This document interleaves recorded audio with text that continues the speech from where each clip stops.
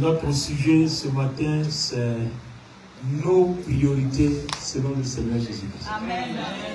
Amen. Regarde ton voisin, dis-lui tes priorités selon le Seigneur Jésus-Christ. Alors, celui qui t'a créé, quelles sont les priorités qu'il te demande? Nos priorités selon le Seigneur Jésus-Christ. Alors, allons-y dans Matthieu, le chapitre 6, le verset 33. Je le veux en Bible du Seigneur avant d'aller dans Parole de vie. Je lis la parole. Faites donc du royaume de Dieu et de ce qui est juste à ses yeux votre préoccupation première. Amen. Dis avec moi, je fais du royaume de Dieu, du royaume de et Dieu de la justice de Dieu, et de la justice de Dieu ma préoccupation première. ma préoccupation première. Amen. Amen. Donc le Seigneur sait que tu as d'autres préoccupations, il sait bien. Mais il parle de, dans la Bible du Seigneur, il dit préoccupation première. Autrement dit, devant le Seigneur dans le royaume de Dieu, il y a les préoccupations deuxièmes. Donc pour celui qui t'a créé, il parle des préoccupations premières. Ça veut dire que dans ta vie, si tu mets les préoccupations deuxièmes, il y a les premières choses que tu n'auras pas. Maintenant, si jamais c'est pas les premières qu'on gagne les deuxièmes, alors tu es mort dans le film, c'est-à-dire tu es perdu dans le désert. Alléluia. Amen. Donc il y a les préoccupations premières. Alors s'il y a les préoccupations premières, les préoccupations deuxièmes peuvent être quoi? Donc la suite du verset. Et toutes ces choses, Mariage, voyage, l'argent, enfants, travail, logement, les autres. Et c'est quoi? Vous seront donnés en plus. en plus. Attendez, est-ce que vous avez compris ce qui a été? La Bible du Seigneur dit, vous seront donnés, c'est-à-dire tu ne vas pas aller chercher. Non. Est-ce qu'on est dans le tempo? Le son et le volume là sont bons?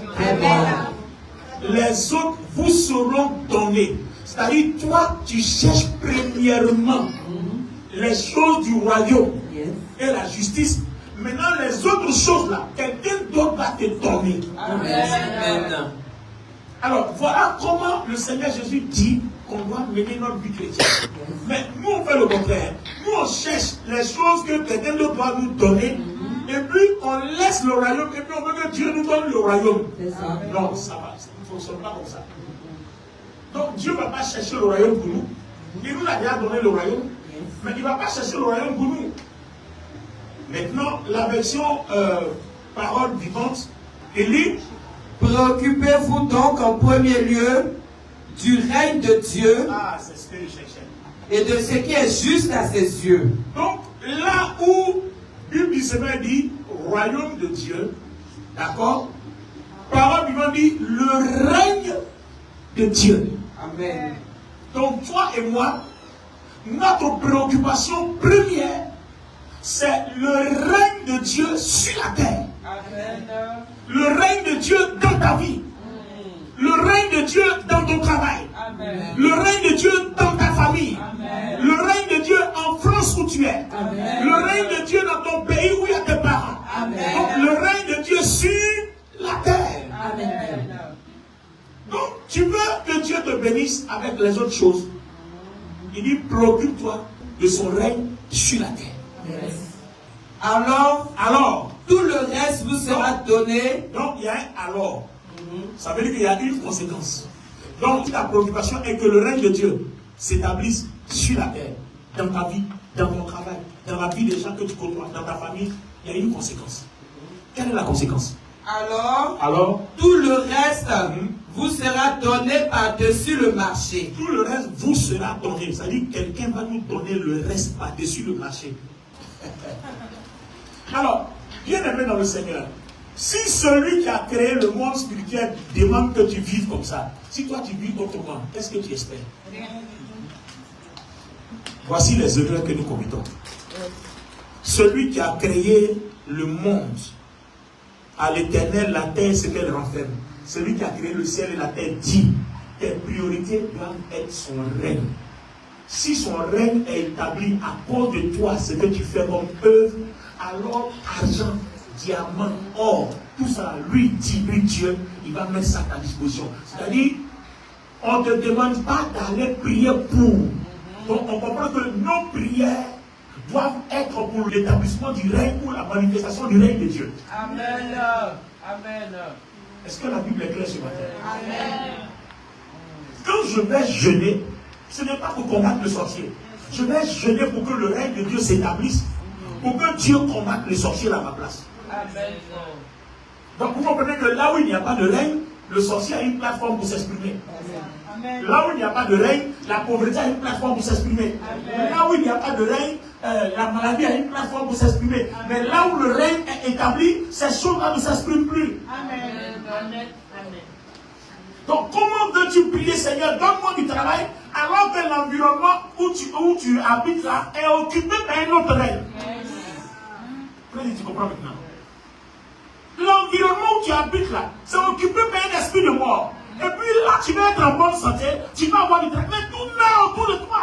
Donc, ta priorité, c'est que le règne vienne. Une fois que le règne a anéanti tout ce qui est ténèbres, blocage, à ce moment-là, les autres sont la cour et viennent à tes pieds.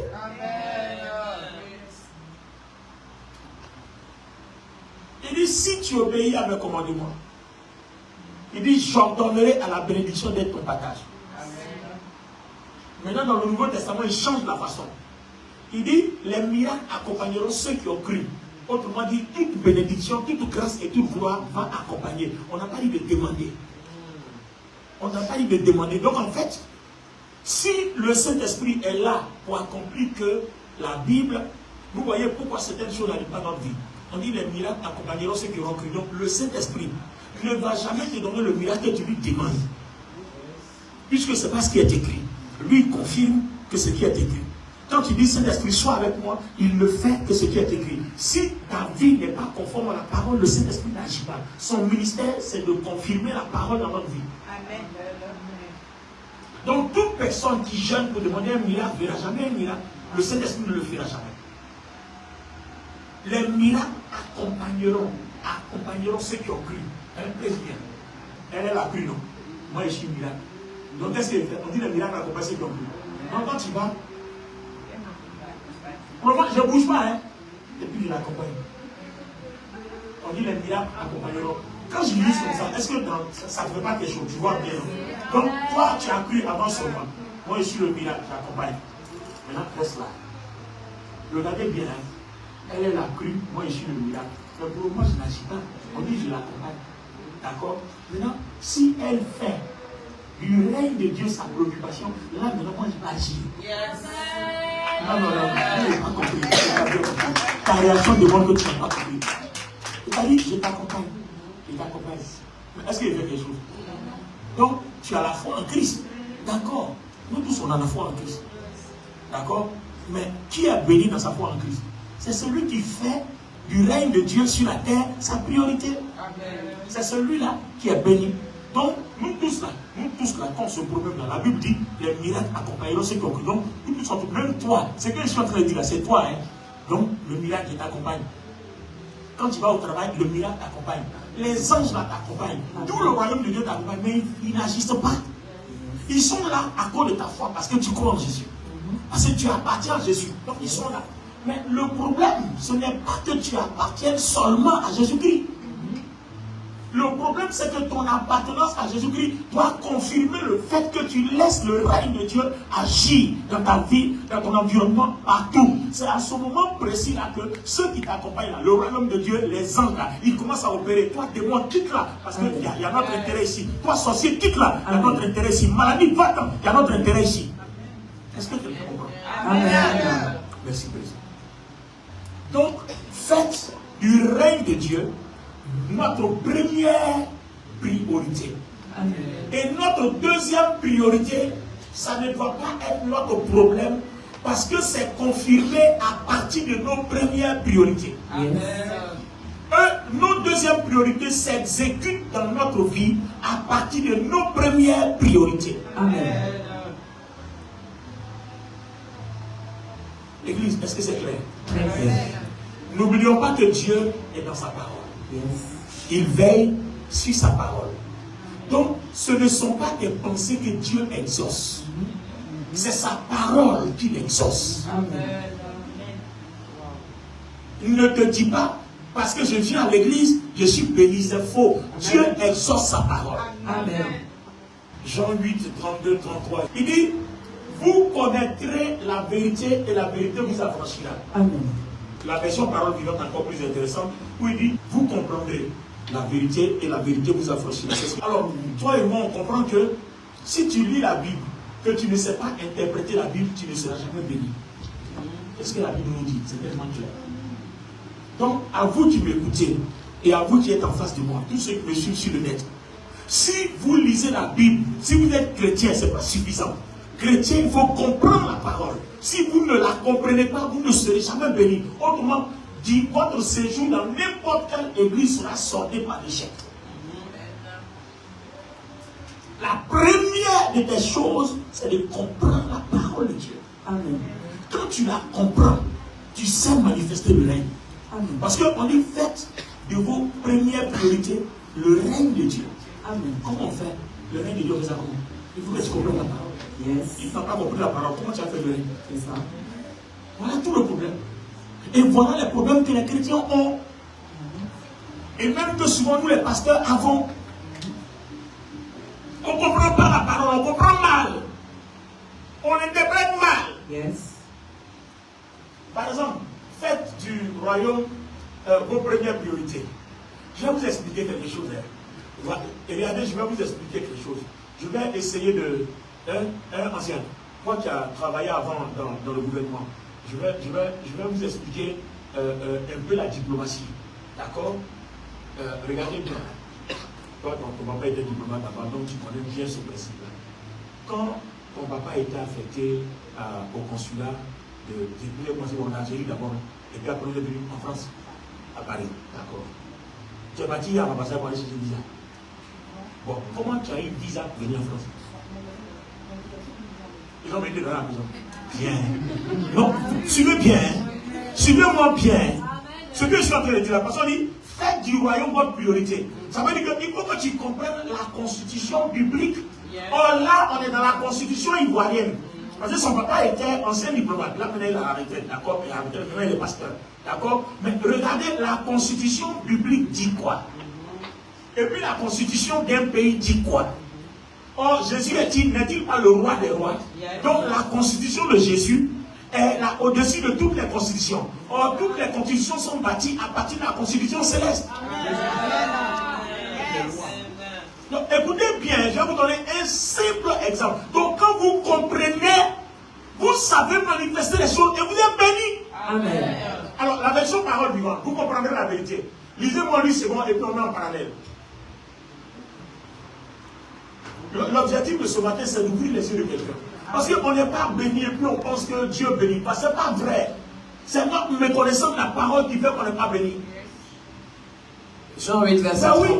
Oui, Jean 8, 32. De 8 secondes. Lui second dit, Vous connaîtrez la vérité. vous connaîtrez la vérité. Et la vérité vous Et la affranchira. vérité vous affranchira. Très bien, les paroles lui ont dit quoi? Vous comprendrez la Vous vérité. comprendrez la vérité. Et la vérité fera de vous des hommes. Et la vérité fera de vous des hommes et des femmes libres. Amen. Libre financièrement, libre matériellement, libre spirituellement, libre sentimentalement, libre socialement. Vous serez libre. Pourvu que vous connaissez la vérité, vous la comprenez. Yes. Amen. Bien. Alors tu ne connais même pas la constitution de ton pays, tu ne connais pas tes droits. Mais tu seras le citoyen le plus maltraité, le plus esclave de la société. Alors là voilà, son papa était diplomate. Quand nous on venait en France, on part seulement à 5 h du matin pour aller faire que à l'époque à l'ambassade de France. Là, ce n'est pas encore organisé comme ça. À 5 h, 4 h du matin, tu places caillou. Pour que tu sois dans le rang avant. Mais elle, son papa est diplomate. Elle n'a pas fait tout ça. Parce que quand tu es diplomate, tu représentes ton pays à l'étranger. Donc ce que tu dois faire, ton pays même va chercher le visa, on vient te donner. C'est le pays qui se charge de ça. Hein. Vous voyez, quand tu t'occupes des priorités de ton pays à l'étranger, le pays s'occupe de tes...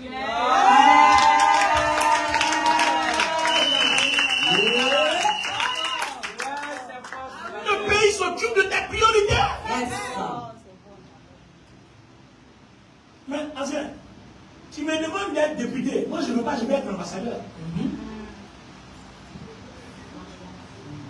Parce que l'ambassadeur, là, il s'occupe des priorités du pays à l'étranger. Si à l'étranger, tu as giflé un ambassadeur, ça s'appelle incident diplomatique. Mais toi, si on t'a giflé, ils avaient quoi? Non, si on t'a giflé, ils avaient quoi? C'est pas là qu'on a soulevé, on va gérer ça dans notre façon et puis ça s'arrête là. Et un ambassadeur, pour le gifler, incident diplomatique, ça dit c'est par là qui a été soulevé entre pays et pays. Jésus-Christ n'a-t-il pas dit que nous on est ambassadeur? Ah oui, oui. Hein? Ah, vous avez vu? Jésus n'a-t-il pas dit que nous ambassadeurs? C'est toi qui ne sais pas qui tu es. Moi je suis ambassadeur.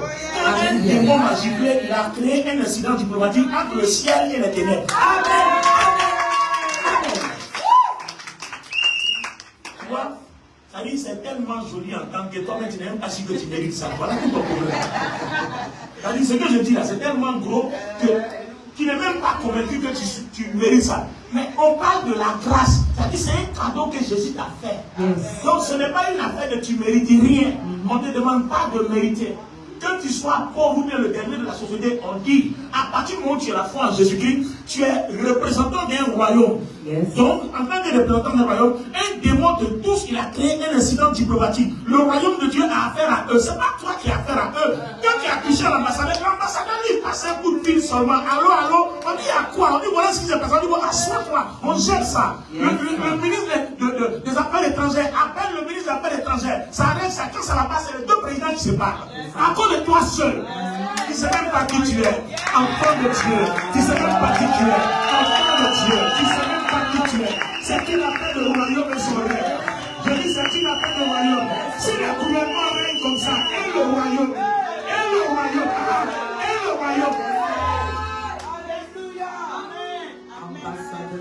voilà ce que tu ne sais pas, c'est pour ça que les démons jouent avec toi. Amen. Il faut seulement dire aux démons, présente-toi. Attends, nous quand on vient à l'aéroport, là, quand on descend, bon, avant quand je n'avais pas le passeport français, quand on arrive, le nom est au loin. Bon, maintenant, tu vois, quand j'arrive, en tant que citoyen, quand j'arrive là, on dit, il y a un endroit où j'arrive, tu mets ton passeport, les portes sur le petit passeport. Avant, il était quelque part. Mais maintenant, quand j'arrive là, je ne mets pas, je passe, j'arrive, je ne prends le passeport, ça s'ouvre, et puis je continue. Ah non, vous voyez la différence. Avant, tu étais païen chez les démons. Et ils n'ont pas ce droit. Mais maintenant, je suis chrétien. Et puis, je peux continuer de passer là où on fait non. C'est ton problème, hein. Ça, c'est ton problème. C'est toi qui as mis le faire ça, hein. Parce que tu t'es pas encore levé. Tu n'as pas encore compris ta priorité. Tu n'as pas encore compris que tu dois te lever. Tu dois déclarer, tu dois posséder. Et tu es encore là, tu te considères comme quelqu'un qui est malheureux, malheureuse. Et toi, le problème, comment sont mariés? Pourquoi tu ne comprends pas que ton statut est différent? Pourquoi tu ne comprends pas que tu as des privilèges que tu as du mérite? Pourquoi tu ne comprends pas que le ciel travaille pour toi? Pourquoi tu ne comprends pas que la mort de Jésus n'est pas gratuite? Que le royaume de Dieu travaille pour toi? La puissance de Dieu, le Saint-Esprit travaille pour toi? Pourquoi tu ne peux pas comprendre ça?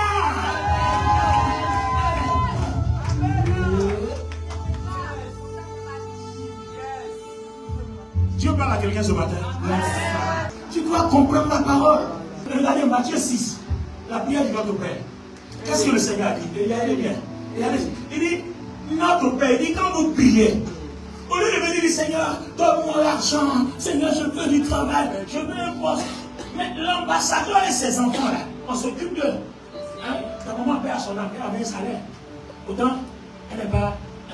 Pourquoi? Parce qu'elle est attachée à un diplomate. Les enfants, là, ils ont leur prime. Parce qu'ils sont attachés à qui? À un diplomate. Bon, détache-toi du diplomate, on te donne des prix. Ton passeport, on arrache ça. Alors, quand on va pas partir à la retraite, ton passeport diplomatique, on n'a pas pris.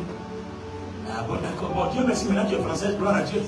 Mais maintenant, il est parti à la retraite là. On a pris le passeport, pourquoi? Parce que tous ces privilèges sont attachés à la fonction. Amen. Est-ce que vous comprenez maintenant? Oh, le problème, c'est que aussi longtemps que toi et moi, on a la foi en Jésus-Christ, on est nous arrachés. Le jour où je dis, je n'aime plus Jésus, on m'arrache tout. Le jour où je dis, je ne vais plus à l'église, on m'arrache tout. Le jour où je dis, je ne suis plus chrétien, on m'arrache tout. Mais tant que ma foi demeure, les privilèges demeurent et ça augmente au fur et à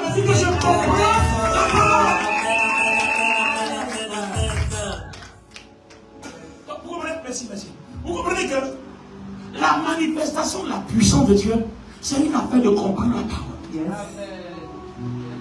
Est-ce que vous avez de vous chasser un démon? Je n'ai pas besoin de parler de vous. Si un sorcier se présente à moi, alors je lui dis, est-ce que tu sais que je suis enfant de Dieu? Voilà ce qui est écrit. Jésus-Christ là, au démon là, au désert là, pour chasser le démon là. C'est pas un coup de poing. Hein? Il a dit, il est écrit. Satan aussi dit, il est écrit. Lui aussi dit, il est aussi écrit. Satan aussi dit, il est aussi écrit. Donc c'est dans, il est écrit contre il est écrit. Et finalement, Satan fait quoi? Il a reculé. Moi, je n'ai pas entendu le désert. Sors.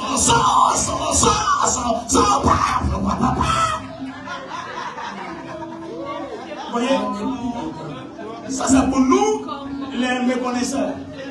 Quand on ne connaît pas la parole, on crie. Parce que tout simplement, on ne vous a pas enseigné la parole. Donc on crie, on s'égosie. Alors que dans le désert, on va causer un peu. Donnez-moi Matthieu 4. Il s'est passé quoi là-bas? Comment Jésus a parlé à eux? Et puis dans le désert, c'est même pas un démon. Hein. C'est Satan lui-même. Satan himself. Or, Dieu a interdit à Satan de se présenter à un enfant de Dieu. Il lui interdit. Il est au deuxième ciel là-bas. Le temps va arriver, Jésus va le précipiter. Et quand le précipitif tombe là, c'est pour l'enchaîner. Et puis on va régner 1000 ans avec le Christ. Ça se passe après l'enlèvement. Est-ce que vous comprenez? Actuellement, là, Satan n'a pas autorité de se présenter à toi vis-à-vis. Il ne veut même pas. Il ne lui est pas ordonné. Parce que Dieu est juste. Les forces doivent être équivalentes. Est-ce que quelqu'un comprend? Alors, il est dit quoi dans le désert? Amusons-nous un peu. Alors Jésus fut emmené par l'Esprit dans le désert. Donc, qui l'envoie au désert? L'Esprit. Donc, quand on t'envoie l'Esprit t'envoie au désert, qui va parler à travers toi? Parce que l'Esprit a lui confirme la parole. Si l'Esprit t'envoie au désert qui t'a parlé de toi-même, l'Esprit va laisser la te regarder. Mais si l'Esprit t'envoie au désert que tu parles de la parole, l'Esprit va agir. Yes. Parce que le ministère du Saint-Esprit, c'est de confirmer la parole de Dieu. Amen. Donc tout enfant de Dieu qui ne connaît pas la parole, qui ne sait pas se servir de la parole, ne verra pas la puissance de Dieu. Amen. Ne verra pas les dons du Saint-Esprit, ne verra pas la gloire de Dieu. Donc si quelqu'un vous dit que oh, la parole c'est rien, tout ça c'est la puissance de Dieu, c'est l'Esprit, c'est faux. Ça dit c'est la personne qui te plaque le plus gros des mensonges. Le ministère du Saint-Esprit, c'est confirmer la parole de Dieu. Amen. Donc il faut connaître la parole et quand tu es en face de lui, cite la parole à laquelle tu crois, à laquelle tu as confiance. Et tu vas voir le Saint-Esprit va agir. Aussi simplement. Aussi simplement. Alors, donc quand il est arrivé dans le désert, c'est passé quoi? Après avoir jeûné 40 jours et 40 nuits, il eut faim. Quand il a jeûné pour quelle priorité? Pour le règne. Parce que quand il sortait du désert, dans Luc 4, il dit, l'Esprit du Seigneur est sur moi. Il m'a un pour. Donc en fait, il allait au désert pour chercher le règne de Dieu. Amen. Vous comprenez maintenant? Il allait chercher le règne de Dieu. Et quand Jésus est venu, vous avez vu que le règne de Dieu s'établissait partout. Partout il passait, il y avait des guérisons. Les miracles l'accompagnaient. Les signes l'accompagnaient. Pourquoi? Parce que le règne de Dieu était établi en lui. Waouh, c'est fort, hein? Comment? Allons-y. Le tentateur s'étant approché lui dit. Le diable s'approche et lui dit. Si tu es fils de Dieu, ordonne que ces pierres deviennent des pains. Okay. Jésus répondit. Il est écrit. Donc Satan vient, il dépose un piège. Et puis Jésus, lui, au lieu de lui répondre, je suis le fils de Dieu. Je suis l'alpha et l'oméga. Il dit non. Jésus l'a dit, il est écrit. Donc là où Jésus lui-même dit, dans la Bible, il est écrit là. Quand tu veux dire non, je suis un. Donc je m'appelle non. J'ai écouté un homme de Dieu sur Internet qui priait pour quelqu'un. Et puis il dit, je suis plus sortant. En ma qualité de temps sortant que. Et ça, les chrétiens ou bien ses enfants spirituels vont suivre ça. C'est pas bon. Même Jésus a dit, il est écrit. Peu importe ton titre. Tu es évêque, archevêque, tu es docteur, tu es apôtre, tu es quoi. Il faut dire il est écrit. Satan s'en fout de ton archevêque, de ton évêque, de ton docteur. Il s'en fout de ça. On dit, il est écrit. Au ciel, là-bas, il n'y a pas tout ça. Au ciel, on connaît 12 apôtres. Il n'y a pas évêque là-bas, il n'y a pas archevêque là-bas. Il n'y a pas docteur là-bas. Donc si tu es docteur, il faut bien qu'on ouvre tes yeux pour montrer où il est écrit. Il faut dire à Satan, il est écrit. Imagine quand je suis en train je suis docteur, j'ai 4 doctorats. mais le démon va te gifler. Bah, et nous on fait rien avec ça. Nous on connaît Jésus-Christ, la parole. Yes. Mais dans la Bible, dans les actes des apôtres, comment les démons frappaient quelqu'un comme ça? Il y a des gens qui n'ont pas accepté Jésus. Ils viennent sur le démon là. On vous conjure à Jésus-Christ que Paul prêche. La Bible dit les démons qui étaient dans les gens, ils les ont récupérés, ils les ont tabassés, ils ont déchiré leur corps. On vous conjure à Jésus-Christ que Paul prêche. Mais si Paul prêche, on va le prêcher. Si Paul prêche là, après les démons, si Paul prêche là, nous les démons, on va le prêcher. Pendant Paul, lui, il est chasse. Il est écrit, il prend la parole. Donc vous voyez, Jésus même prend appui sur la parole. Quand vous poursuivez, tout ce qui s'est passé, Jésus n'a rien dit de lui, mais il prend appui. Et Satan connaît la parole. Donc il vient, il te présente la ruse. Et il attend que tu tombes dans la ruse. C'est comme ça qu'il a eu Adam et Ève. Il dit manger un, dit Dieu a dit on mange pas. Il dit, c'est si qu'il a dit. Il fallait qu'il dise, ce qui est dit est dit, sort. C'est déjà fini. Mais elle n'a pas été ferme. Sa foi, c'est-à-dire, elle croyait ce qui a été dit, mais elle n'était pas sûre. C'est comme beaucoup d'entre nous, on croit en Jésus-Christ, hein, mais tout ce qu'on vous dit, toutes les personnes qui n'ont pas pris des trucs, ne travaillent plus. On va dire, mais manger comment? On va prendre. On a vu ça ici. Bon, on a vu ça ici. C'est pour ça que je ne dis pas trop de noms. Tu comprends? On a vu ça ici, non? Donc, on va prendre. Vous comprenez qu'on croit en Jésus, on n'est pas sûr. Voilà tout notre problème. Amen. Alors, lisez-moi le Notre Père. Version parole vivante. Matthieu 6, au verset 9. Matthieu 6, verset 9. Vous autres, priez donc simplement ainsi. Donc quand vous priez, dites, Notre Père qui est dans les Notre cieux, Père qui est dans les cieux, que tu sois reconnu pour Dieu, que tu sois reconnu pour Dieu, et que ta volonté soit faite, que sa volonté soit faite, que ton règne s'établisse. Attends, on a dit quoi ici? Que ton règne s'établisse, et que tout cela s'accomplisse sur la terre comme au ciel. Donc c'est bon, c'est tout ce que Jésus. Donc le règne de Dieu, Dieu veut que toi et moi, on soit les instruments à partir desquels le règne qui est dans le ciel, là, ça s'établisse aussi sur la terre. C'est-à-dire la même chose qui est au ciel, là, soit fait sur la terre. Amen. Voilà pourquoi il t'a créé. C'est pour ça qu'il t'a créé.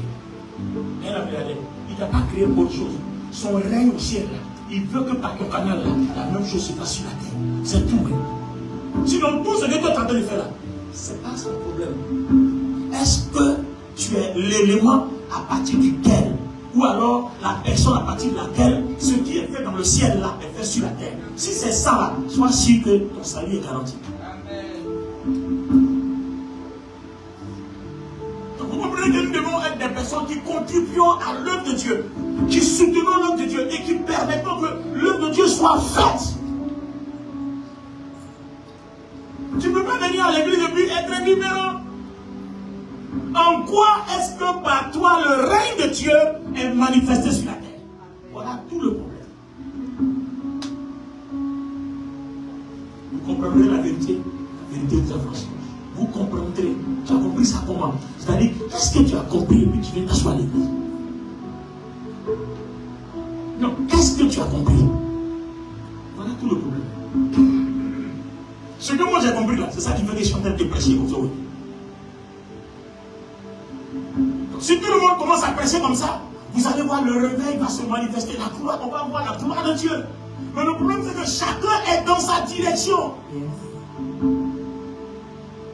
Et puis généralement, vous allez voir quand on arrive à l'église, chacun va dire, moi je pense que, moi je crois que. Il n'y a pas un qui dit, la Bible dit.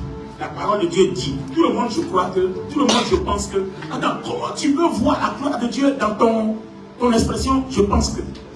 Je crois que. Alors, je souhaiterais que. Et si on faisait ça comme ça? Ça, c'est une affaire de. Tu penses qu'on doit faire comme ça? C'est une affaire de. Il est écrit qu'on doit faire comme ça. Amen. Parce que le Saint-Esprit confirme le. Il est écrit. Amen. On doit faire comme ça. Donc, si tu veux voir le Saint-Esprit, attache-toi à ce qui est écrit. Celui qui a compris ça, vous allez voir la page d'aujourd'hui. La parole de Dieu, la puissance de Dieu va commencer à se manifester. Alors, le dimanche prochain, avant que je voyage pour Cassisson, vous avez vu, dimanche prochain, par la grâce de Dieu, je vous parlerai de certaines actions qu'on peut mener pour voir Dieu se manifester et agir, pour voir le règne de Dieu. Donc, en tant que priorité première, quelles sont les actions à manifester pour que le règne de Dieu agisse et intervienne? Amen. Parce que c'est quand ces choses-là arrivent là, qu'on dit bien, les bénédictions bien matérielles là, ça nous accompagne. Et le passage qui sera choisi dimanche prochain, le passage là sera fait de telle sorte que, ça dit, c'est tellement évident. Il y en a plusieurs comme ça de la Bible. Mais je vais sortir 2 ou 3 trucs plus évidents qui ont fait du royaume leur priorité et comment Dieu a fait éclater sa puissance et comment après les biens matériels ont accompagné leur vie sociale. Maintenant, à toi de jouer. Si tu veux continuer à gêner, à prier pour une affaire de mariage, un travail et autres, c'est pas qu'il voit.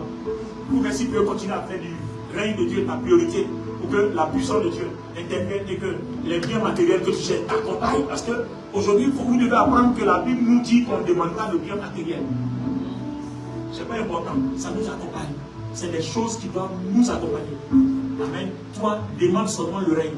Bats-toi pour que le règne de Dieu, tu sois un canal pour le règne de Dieu. Le bien matériel va t'accompagner. Alléluia. Donc, notre Père qui es aux cieux, que ton nom soit sanctifié, que ton règne vienne. Que ton règne vienne, ta volonté soit faite sur la terre comme au ciel. Je veux être aujourd'hui la personne, l'homme ou la femme à partir de laquelle ton règne doit se manifester sur la terre comme elle est manifestée au ciel. Dans ma famille, ton règne doit se manifester comme elle est manifestée au ciel. Au travail, à la SNCF, là-bas, ton règne doit se manifester comme elle est manifestée au ciel. Voilà tout ce que Dieu te demande. Il ne te demande pas autre chose. Son règne. Par toi, on doit le respecter. Par toi, on doit l'honorer. Par toi, les gens doivent se prosterner pour dire qu'il est Dieu. Donc, si tu dois jeûner, c'est pour ça que tu dois jeûner. Voilà comment tu commences à être utile entre les mains du Seigneur. Donc, c'est la partie que l'on demande. Le pianiste m'accompagne.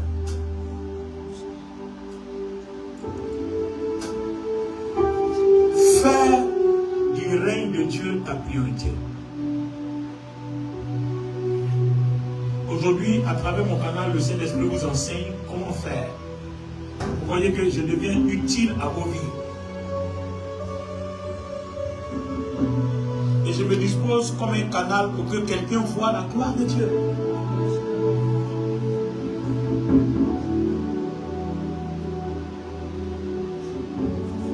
Je vois la cheville gauche d'une personne.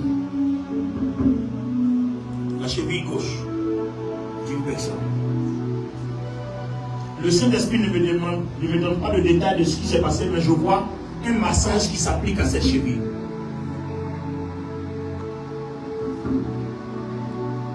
Je vois un massage des spécialistes qui massent ta cheville.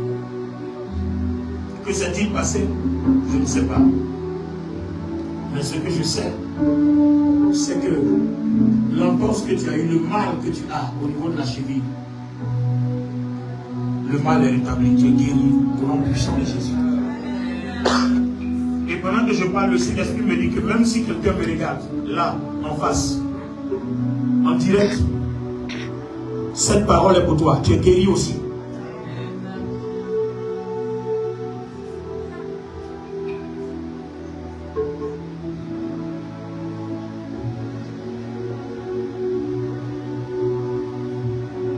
Je vois des personnes qui sont en train de s'activer autour d'un groupe de personnes. Des personnes qui s'activent autour d'un groupe de personnes. Et ces personnes sont envoyées pour arranger, pour aménager ta vie.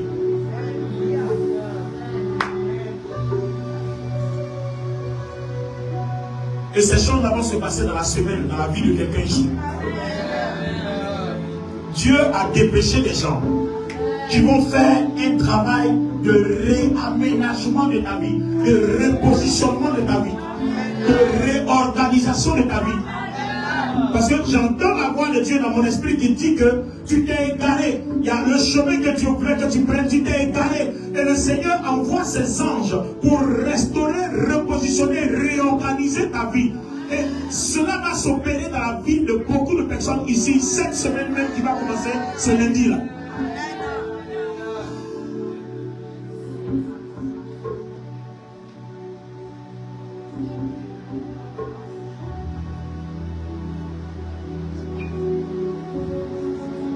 Je vois un ange qui tient une coupe.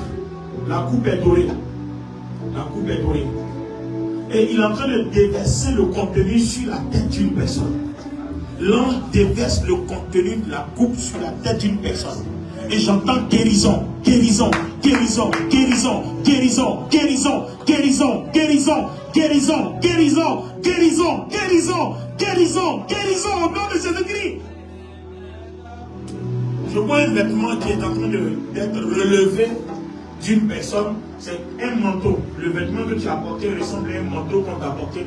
Et je vois quelqu'un qui est en train de relever ça. Et le Saint-Esprit me dit, c'est une délivrance. Tu dors mal, tes rêves sont mouvementés. Il y a toujours l'intrusion des esprits dans tes rêves. Tu es toujours poursuivi, combattu dans tes rêves. Ces batailles-là, c'est des portes, c'est des liens. Et le Seigneur, en me montrant cette vision, est en train de dire que ta vie est totalement libre ce matin. Écoute-moi bien. Cette parole-là, le Saint-Esprit me dit qu'elle te concerne. Et pendant que ma mère posait sur toi, à partir d'aujourd'hui, il faut compter. Aujourd'hui, c'est le combien? L'église. Regardez très bien ce frère. Aujourd'hui, c'est le 28 juin 2026. Et je déclare, selon que le Seigneur me le montre et me le dit, à partir d'aujourd'hui, vous allez voir le changement dans sa vie. Va suivre. Le témoignage va suivre. Le témoignage va suivre. Le mauvais manteau est ôté. Il est restauré, renouvelé. Le Seigneur l'a rhabillé. Il y a une restauration véritable dans ta vie. Et depuis ton baptême, le processus a commencé. Et le processus de délivrance s'achève aujourd'hui. Et la puissance de Dieu a ouvert une porte que personne ne peut fermer. Et aujourd'hui, le Seigneur t'a fait grâce. Je sais une chose. Ta vie ne va pas être la même chose. Il ne va plus être la même chose. Est-ce que tu comprends? Lis seulement beaucoup la parole de Dieu. Il faut lire la Bible. La religion, ce n'est pas la Bible chrétienne. Lis la Bible. Lis la Bible. D'accord? Il faut que tu parles avec moi après l'écriture. Voilà. Je vais déclarer, vous répondez seulement par Amen. Il y a sûrement quelque chose que Dieu veut faire dans la vie de quelqu'un. Ce que je suis en train de voir dans mon esprit, c'est que tu as beaucoup prié et tu t'attends au Seigneur.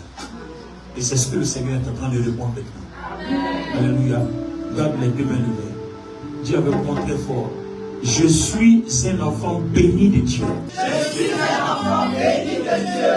Je suis une nouvelle créature en Christ. Je suis une nouvelle créature en Christ. Le travail m'accompagne.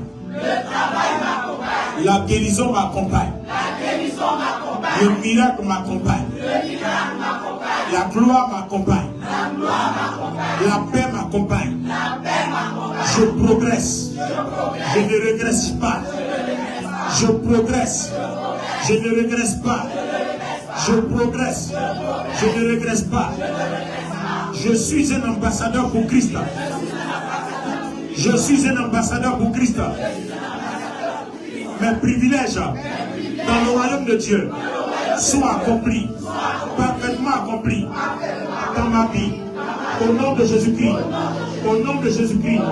Au nom de Jésus-Christ. Au nom de Jésus-Christ. Donne-moi Amen. Amen. Amen.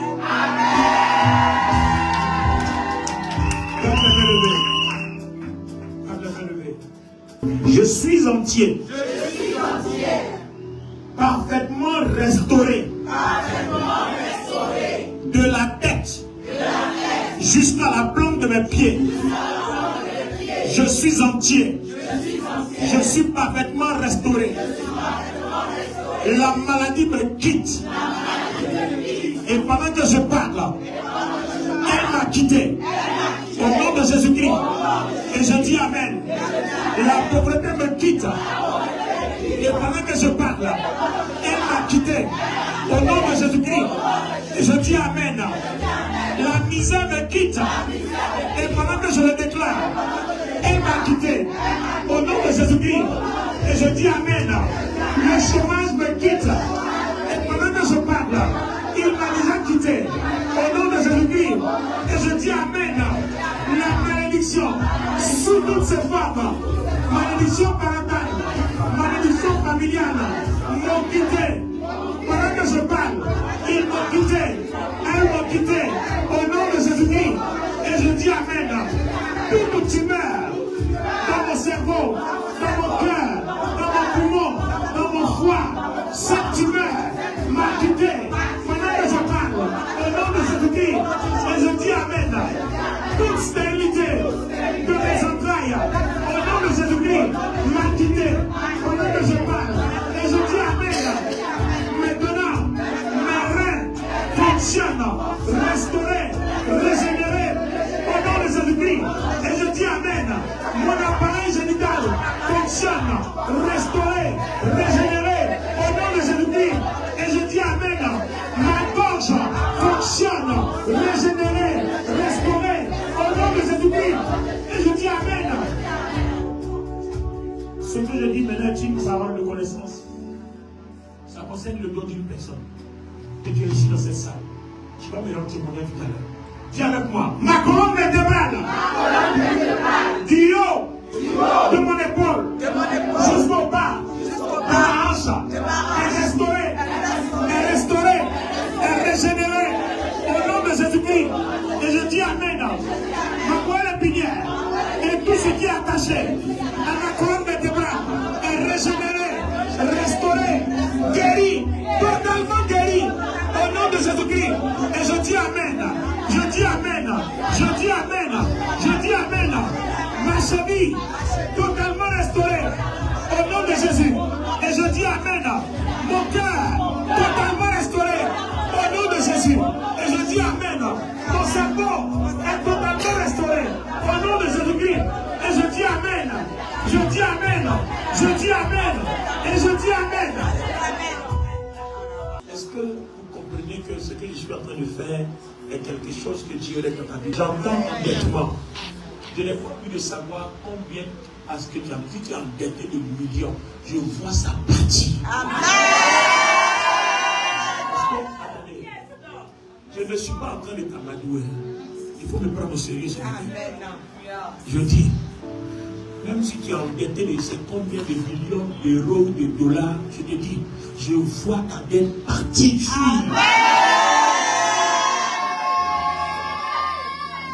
Je ne veux pas que tu réfléchisses à la place du Saint-Esprit de comment la dette va partir.